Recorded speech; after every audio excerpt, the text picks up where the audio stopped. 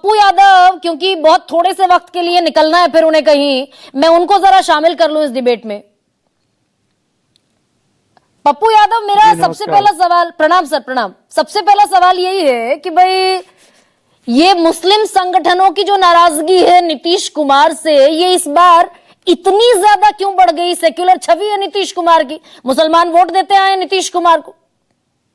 देखिए, किसी विषय, किसी मुद्दे पर सेकुलर और नॉन सेकुलर एक विषय नहीं हो सकता। देखिए, पहले भी बहुत सारे मुद्दे रहे हैं, बीजेपी के साथ रह करके भी हमेशा से नीतीश कुमार जी का जो व्यक्तित्व रहा है, एक ईमानदार व्यक्तित्व रहा है, एक सेकुलर व्यक्तित्व रहा है, और जाति धर्म बहुत ज्यादा उलझन की राजनीति उन्होंने नहीं की है।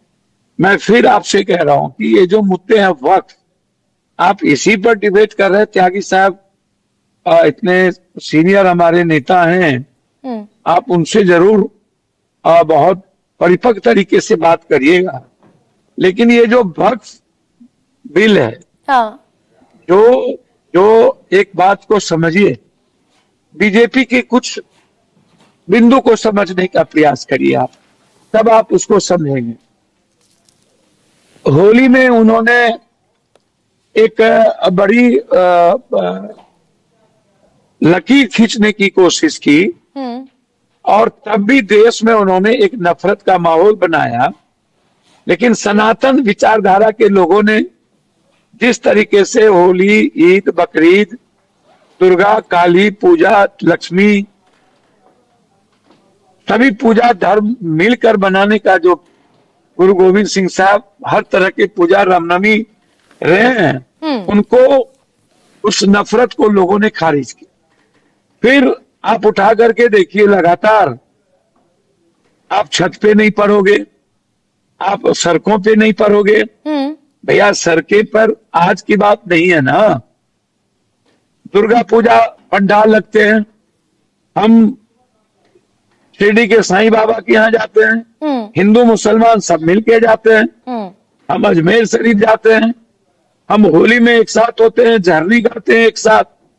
हम गुरु गोविंद साहब की प्रभात फेरी सड़कों पर हम मनाते हैं।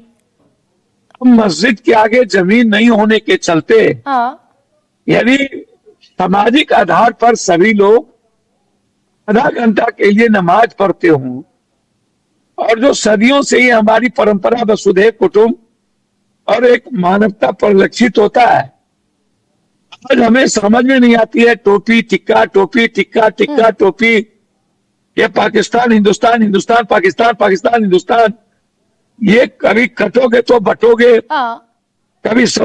कभी संभल में मस्जिद को ये कर देना, कभी लाउड स्पीकर नहीं बजेगा। जहां जरूरत हुई आप बटोगे तो कटोगे तक ले आए पप्पू यादव। और मैं ये कह रही हूँ कि जहां जरूरत हुई वहां जेडीयू ने बाकायदा आवाज उठाई, बटोगे तो कटोगे पर। सुनिए ना, ये कह दिया था जेडीयू ने कि बिहार में नहीं चलता। मेरी बात, हाँ, मेरी बात मैं वही कह रहा हूँ। 24 घंटा बीजेपी दूसरे एजेंडे पर नहीं रहती। आप उठा करके देखो, टैरिफ की क्या स्थिति है। अलग कंट्री, आज नेपाल में राजशाही तंत्र में गोली चल रही है, चाइना इंटरफेयर कर रहा है, लोकतंत्र पर हमला है, उस पर हमारी चिंता नहीं है। हम इकोनॉमी को लेकर के, कई सारे मुद्दों को लेकर चिंता नहीं करते। हम पानी को लेकर चिंता नहीं करते, लेकिन हमारी चिंता बाबर को लेके हो जाती। तो क्या बीजेपी का साथ जेडीयू के लिए भी बिहार के चुनावी साल में दिक्कतें पेश करेगा क्या? देखिए, एक तो पहले आप नीतीश कुमार जी के बारे में जानिए। आपने कहा नीतीश कुमार कभी इधर कभी उधर, नहीं, नीतीश कुमार कभी इधर उधर नहीं। नीतीश कुमार जी का जो लाइफ स्टाइल है, वैचारिक तरीके से जीने का, वो थोड़ा डिफरेंट है। आप नीतीश कुमार जी को कुछ दिन पहले मध्य प्रदेश से प्रधानमंत्री जी ने गाली दिया था कि ये महिला विरोधी है, इसकी ये दिमाग खराब हो गया। आप एक एक शब्द याद करिए, जब आरजेडी और नीतीश कुमार एक साथ थे। परिस्थितियां बर्बाद कर देती है हर इंसान। अब नीतीश कुमार जी से कोई कहे भ्रष्टाचार कर लो या भ्रष्टाचार को सपोर्ट कर दो, उनके लिए एक बड़ा मैटर है। कोई कह दे कि हिंदू मुसलमान कर लो या रंगा संगा के सवाल पर किसी दलित के घर को जला दो, संविधान कानून में ले लो। इतिहास पुरुष है, युग पुरुष है हमारे लिए रंगा संगा साहब। तो मजबूरी क्या है फिर नीतीश कुमार की? पप्पू यादव, अच्छा इस सवाल का जवाब दीजिए ना। ये नीतीश कुमार अपनी पूरी छवि को स्टेक पर लगा रहे हैं क्या, जो सेक्युलर उनकी बाकायदा इमेज है?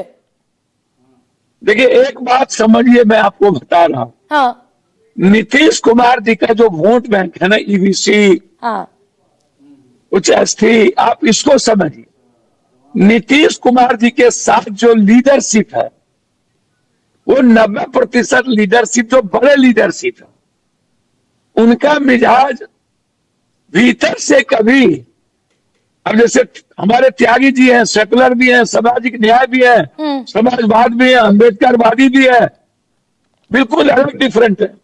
लेकिन जो पटना में बैठे लोग हैं, जो नीतीश कुमार जी के अगल बगल चल रहे हैं, हाँ उन लोगों की मानसिकता बहुत सामाजिक न्याय वाली नहीं है। हाँ वो उनकी मानसिकता भीतर से कहीं ना कहीं, आप एक एक नेता का चेहरा उठा के देखिए। नहीं देखिए, एक बीजेपी सेकंड से पप्पू यादव, एक सवाल का जवाब दीजिए ना, थोड़ा बीजेपी क्लैरिटी से दीजिए भाई। लोकसभा चुनाव में एनडीए की मीटिंग में नीतीश कुमार ने कहा अपने नेताओं को कि मुसलमानों को जाकर बताओ कि हमने कितना काम किया मुसलमानों के लिए, यानी कि परवाह है मुसलमानों की, सेक्युलर इंस्टिंक्ट है, तो खामोशी क्यों है फिर? नहीं, मैं वो मुसलमानों के लिए नहीं। हाँ आप कांग्रेस के राजस्थान के बाद यदि किसी ने एकल पद में आरक्षण दिया, यदि किसी ने अत्यंत पिछड़े को आरक्षण देने का काम किया पंचायती राज में, तो गहलोत के बाद नीतीश कुमार जी ने ही दिया। कई सारे मुद्दे आप उठा करके देखेंगे, लालू यादव जी, एक कर्पूरी जी के बाद रामविलास जी, त्यागी जी, लालू जी, जौहर साहब, सभी लोग एक साथ मिलकर सामाजिक न्याय की बड़ी लड़ाई लड़े। बाद में डिफरेंसेस हुआ विचारों का, तो एक धारा ओबीसी ईबीसी की भी बात आई, पसमंदा गैर पसमंदा की भी बात आई, और जो पसमंदा मुसलमान थे उनको लगा कि नीतीश कुमार जी हमारे लिए मुखालफत कर रहे हैं, बात कर रहे हैं, और हमारी बुनकर हो कुछ चीजें हो।